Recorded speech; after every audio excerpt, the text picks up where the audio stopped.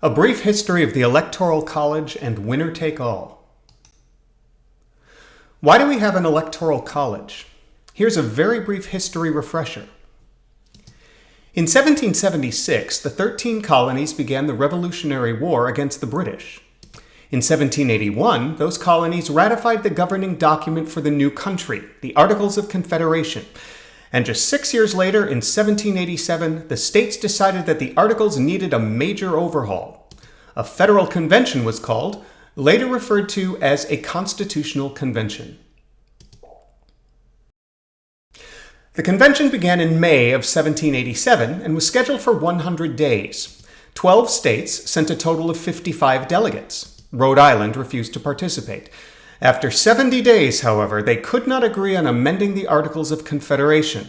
At that point, the delegates decided to abandon the Articles and write a new document, a constitution. It took 30 days to create the Constitution, and 39 of the delegates signed it. One of the most fruitless discussions at the Constitutional Convention was how to choose a president. The delegates disagreed about every proposed method, which included state governors would elect the president.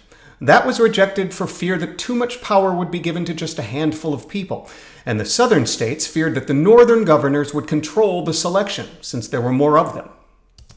Congress would elect the president. That was rejected for fear that the legislative and executive branches of government would become too intertwined. State legislatures would elect the president. Southern states again objected because there were more northern states, guaranteeing a northern president every time. The citizens would elect the president. That was rejected as too radical. At the time, no country had a president elected directly by its citizens. In the final days, delegates were tired, impatient, and frustrated. They sent the issue to a special committee to resolve. The special committee recommended using electors, who would then elect the president and the vice president. Some delegates liked this idea because they didn't trust citizens to make an objective and thoughtful decision.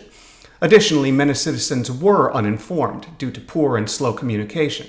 Citizens wouldn't know who was running for office, especially if the candidates were from other states. Electors, however, would be independent, thoughtful, and represent their constituents. The number of electors in each state would be equal to the number of representatives and senators in that state. Today, there are 538 electors across 50 states and the District of Columbia. 270 electoral votes are needed to win the presidency, no matter how many popular votes a candidate receives. But in 1787, political parties didn't exist yet, which made the job of an elector simple. Choose the best two candidates and cast your votes. Once they decided that the president would be chosen by electors, the next question was, how would electors be chosen? They decided that state legislatures shall determine how electors are chosen in a state. Two methods to select electors were originally used. In the first method, the legislature, not the citizens, chose the state's electors. 6 states did this. With the second method, citizens chose electors directly. 7 states did this. By 1864, however, all states had citizens choose their electors. In the first 2 elections, although people had different ideas about how the government should be run, there were no political parties, and electors were independent. In 1788, every elector cast one of their 2 votes for George Washington, and he won unanimously.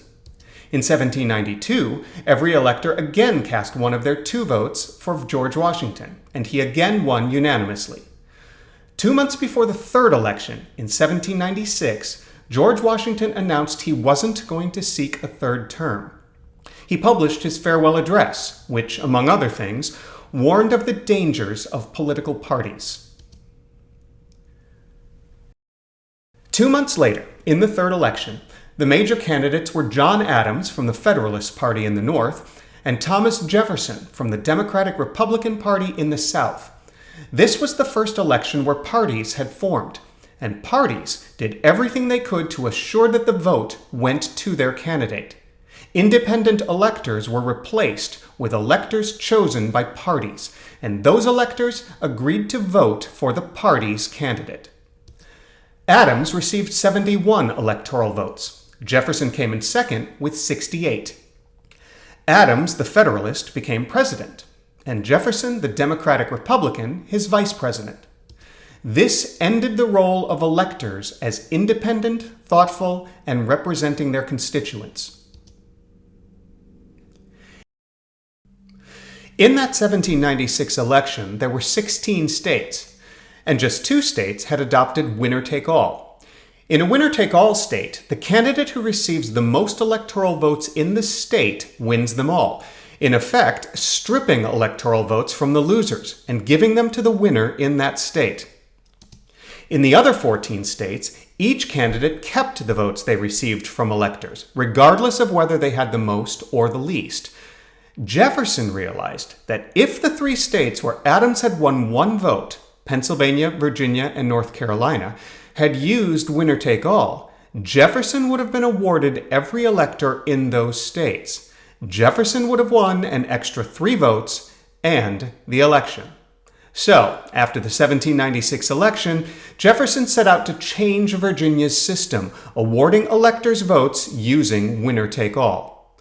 Over time, 48 states have followed. For more information, go to these websites.